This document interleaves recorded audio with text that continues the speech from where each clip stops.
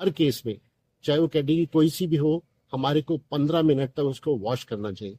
ये बहुत ही इंपॉर्टेंट है। इवन घर या बाहर कहीं भी कोई कुत्ता काट ले या बिल्ली काट ले, तो उसको 15 मिनट तक वॉश करना है पानी और साबुन से। वो बिल्कुल नहीं उसको नकारना है। जो हमारे समाज के अंदर बहुत सारी ऐसी प्रथाएं हैं कि उस पे हल्दी लगा दो, उस पे मिर्च लगा दो, उस पे कोई ऐसा चीज लगा दो जिससे कि वायरस या कुछ चीज मर जाएगी, ये बिल्कुल गलत है। ये सारा और एक्टिवेट करता है या बढ़ाता है वायरस को अंदर घुसने के लिए। आप देख रहे हैं कर्तव्य एवं निष्ठा का बयान, साहित्य और संस्कृति का बयान, समता की आवाज बयान टीवी। नमस्कार, मैं साक्षी गौतम और आप देख रहे हैं साक्षी का बयान। आजकल कुत्तों के अलावा चमगादड़, लोमड़ी, रैकून जैसे पशुओं के काटने से भी रेबीज हो सकता है। यह लोगों और पालतू जानवरों में फैल सकता है यदि किसी पागल जानवर ने काट लिया हो या खरोंच दिया हो। हम अगर पालतू कुत्तों की देखभाल करते समय सावधानी नहीं बरतते हैं तो हम अपनी जान को खतरे में भी डाल सकते हैं। इसलिए पालतू कुत्ते पालते समय हमें यह सुनिश्चित करना चाहिए कि वे रेबीज जैसी बीमारियों से सुरक्षित हों। इसी पर चर्चा करने के लिए हमारे स्वास्थ्य विशेषज्ञ डॉक्टर जुगल किशोर क्या कहते हैं, आइए सुनिए।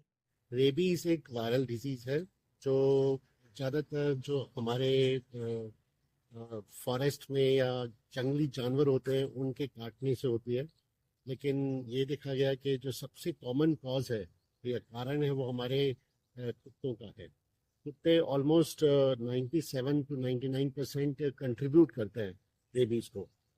ये रेबीज के जो वायरसेस हैं ये वाइल्ड एनिमल के अंदर पाए जाते हैं और बिना किसी साइन सिम्टम के भी उनके अंदर रहते हैं, तो उनको हम बोलते हैं कि ये हार्बर करते हैं उसके अंदर। मतलब कि वो जो वायरसेस है वो बिना साइन सिम्टम के इसमें रह सकता है।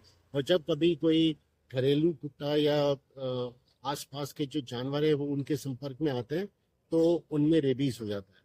रेबीज एक ऐसी बीमारी है जो बहुत ही खतरनाक है, जिसमें एक बार साइन सिम्टम शुरू हो जाए, लक्षण शुरू हो जाए, तो उसकी डेथ निश्चित है, चाहे वो जानवर हो या आदमी हो।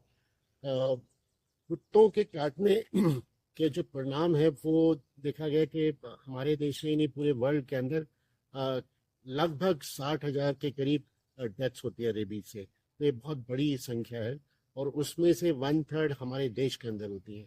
तो हमारा जो देश है वो ऑलमोस्ट बहुत बड़ी संख्या में रेबीज के केस कंट्रीब्यूट करता है। तो देश में एक प्रोग्राम चल रहा है जो नेशनल रेबीज कंट्रोल प्रोग्राम कहता है। उसके बाद में अभी एक्शन प्लान भी लॉन्च किया है, जिसमें ये कहा गया है कि हम 2030 तक इसको डॉग फ्री या डॉग मीडिएटेड रेबीज को खत्म कर देंगे या जीरो कर देंगे। ट्रांसमिशन तो रहेगा क्योंकि वाइल्ड एनिमल के अंदर हमें उसको कंट्रोल करना बहुत ही मुश्किल काम है, क्योंकि उन सबको वैक्सीनेट करना या सब कुछ उनको कंट्रोल करना बहुत मुश्किल है। लेकिन हम डॉग मीडिएटेड रेबीज को एलिमिनेट कर सकते हैं, खत्म कर सकते हैं। इस संदर्भ में मैं ये कहना चाहूँगा कि डॉग के काटने के बाद में उसका वैक्सीनेशन करना बहुत जरूरी है। यही एक प्रिवेंशन है। जैसे मैंने बताया कि इसमें रेबीज होने के बाद में व्यक्ति का डेथ होनी या व्यक्ति का मरना निश्चित होता है। ऑलमोस्ट 100% इसका पॉसिबिलिटी है। लेकिन ये भी है देखा गया कि इसको हम 100% प्रिवेंट भी कर सकते हैं, और वो प्रिवेंशन का सिर्फ एक ही तरीका है, वो है वैक्सीनेशन। तो वैक्सीनेशन ह्यूमन में भी और एनिमल में अगर दोनों में लगाई जाए तो अच्छा इफेक्ट होता है। अगर ह्यूमन के अंदर करते हैं तो दो तरह से वैक्सीन होती है। एक हम काटने से पहले अगर हम लगाएं तो उसको हम प्रोटेक्टिव या प्री एक्सपोजर प्रोफाइलेक्सिस बोलते हैं, और काटने के बाद में अगर हम लगाएं ये मान के कि शायद ये कुत्ता रेबीज हो सकता है या, तो उसको प्रिवेंट करने के लिए पोस्ट एक्सपोजर प्रोफाइलेक्सिस लगाते हैं। और उसमें हम आज के तारीख में दो तरह से वैक्सीन देते हैं, एक इंट्राडर्मल जो स्किन के अंदर होती है और एक हम इंट्रामस्कुलर देते हैं। जो इंट्रामस्कुलर है उसको हम 5 डोज देते हैं, 0, 3, 7, 14 एंड 28 डेज पर, और एक लास्ट में बूस्टर होती है 90 डेज पर, वो लगाना चाहिए। लेकिन काफ़ी नहीं भी लगाते तो चल जाता है। लेकिन इंटरडर्मल जो है उसका अभी चलन चला हुआ है, क्योंकि गवर्नमेंट भी उसको प्रमोट कर रही है, और दोनों का इफेक्ट सिमिलर है। सिर्फ फर्क इतना है कि इंटरडर्मल में जो डोज है वो बहुत कम लगती है। वो एक ही वक्त में हम 2 इंजेक्शन लगा देते हैं, तो व्यक्ति को सिर्फ 4 बार आना पड़ता है। तो उसमें फायदा ये होता है कि जो बार बार हॉस्पिटल आने का जो खर्चा होता है या जो भी उसको तकलीफ होती है वो कम हो जाती है। तो हम 0, 3, 7 एंड 18 डेज पर, 28 डेज पर या 21 डेज पर लगा सकते हैं। तो ये वैक्सीन है जो बहुत ही अच्छे हर हॉस्पिटल में, सरकारी या ये जो प्राइवेट है उसमें मिलती है। तो सरकारी में फ्री मिलती है, प्राइवेट में पैसा लगता है। ये वैक्सीन का डिसीजन जो होता है उसके साथ में हमें इम्यूनोग्लोबुलिन भी देना पड़ता है, लेकिन उसमें हमारे को जो कुत्ते का काटना है या बिल्ली का काटना है या फिर और दूसरे जानवरों का काटना है, उसको हम कैटेगराइज करते हैं कि वो कैटेगरी 1 है, कैटेगरी 2 है या कैटेगरी 3 है। कैटेगरी 1 में अगर कोई भी जानवर वाइल्ड एनिमल को छोड़ दे, वाइल्ड एनिमल के संपर्क में अगर आता है कोई भी, या कोई भी खरोच लगती है, काटता है, तो हम उसे कैटेगरी 3 ही मानते हैं। लेकिन अगर वो घर का कुत्ता है या आसपास में स्ट्रे डॉग्स हैं या कैट है, तो हम उसको डिवाइड करते हैं।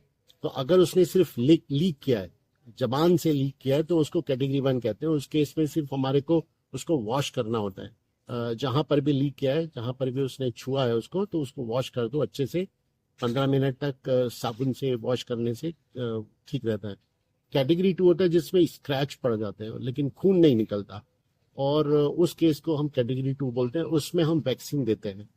जो कैटेगरी 3 है, जिसके अंदर खून भी निकल जाए और कई जगह पे काटे, तो हम उसको कैटेगरी 3 बोलते हैं। उस केस में हम वैक्सीन भी देते हैं, साथ में इम्यूनोग्लोबुलिन का इंजेक्शन भी देते हैं, जो हमारे को उस जगह पर ही देना होता है जहां पर काटा है।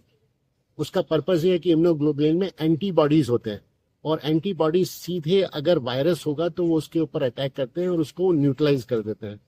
और वैक्सीन हमारे अंदर इन एंटीबॉडीज बनाता है, तो एंटीबॉडीज बनाने में टाइम लगता है। तो इमीडिएटली अगर उसको कंट्रोल करना है तो हम इम्यूनोग्लोबुलिन देते हैं। तो ये तरीका है एक हमारा प्रिवेंशन का। लेकिन हर केस में, चाहे वो कैटेगरी कोई सी भी हो, हमारे को 15 मिनट तक उसको वॉश करना चाहिए। ये बहुत ही इंपॉर्टेंट है। इवन घर या बाहर कहीं भी कोई कुत्ता काट ले या बिल्ली काट ले, तो उसको 15 मिनट तक वॉश करना है पानी और साबुन से। वो बिल्कुल नहीं उसको नकारना है। जो हमारे समाज के अंदर बहुत सारी ऐसी प्रथाएं हैं कि उस पर हल्दी लगा दो, उस पर मिर्च लगा दो, उस पर कोई ऐसा चीज लगा दो जिससे कि वायरस या कुछ चीज मर जाएगी, ये बिल्कुल गलत है। ये सारा और एक्टिवेट करता है या बढ़ाता है वायरस को अंदर घुसने के लिए। वायरस का मल्टीप्लिकेशन काटने के बाद में जो छोटी छोटी नर्व्स होती हैं उसके अंदर होता है, और उसमें वो बढ़ना शुरू करता है, और उसके थ्रू वो ब्रेन के पास में जाता है। तो जैसे वो काटता है, within 2 days to 5 days में या 10 days के अंदर उसके अंदर टिंगलिंग सेंसेशन होना शुरू होती है, दर्द होता है उस जगह पर, और फिर वो ऊपर की तरफ को दर्द होता है। और फिर देखा गया कि जब वो दिमाग में पहुंच जाता है तो सर में बहुत दर्द होता है। उसके अंदर बहुत सारी उसको परेशानी हो सकती है, जैसे मिर्गी आना, या उसको नॉजिया, वॉमिटिंग, पूरे शरीर में बुखार होना, ये सारी चीजें होती है जो इंसेफ्लाइटिस की तरफ इंडिकेट करता है। तो ब्रेन के अंदर वायरस चला गया तो इंसेफ्लाइटिस होगा, कोमा तक हो जाता है और उसमें डेथ होती है।